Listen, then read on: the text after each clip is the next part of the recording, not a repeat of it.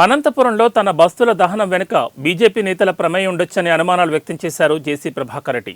YCP ప్రభుత్వంలో 450 కోట్ల డబ్బులు పోగొట్టుకున్నానని, ఇప్పుడు 2 బస్సులకు నిప్పంటిస్తే ఏమవుతుందని వ్యాఖ్యానించారు. వీళ్లకంటే వైఎస్ జగన్మోహన్ రెడ్డి చాలా బెటర్ అని తెలిపారు. జగన్ తన ప్రభుత్వంలో కేవలం తన బస్సులు మాత్రమే ఆపారని, బీజేపీ ప్రభుత్వంలో మాత్రం తన బస్సులను తగలబెట్టించారని సంచలన ఆరోపణలు చేశారు జేసీ.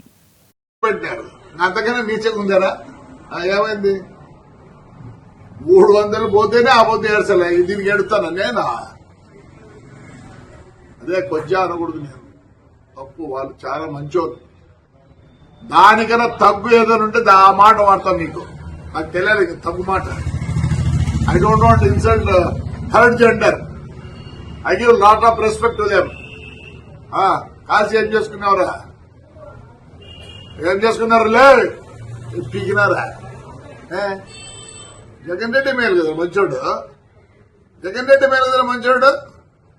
నా బస్సు కారిపోలేదే, బస్సు నిలబెట్టి ఇచ్చినట్టు.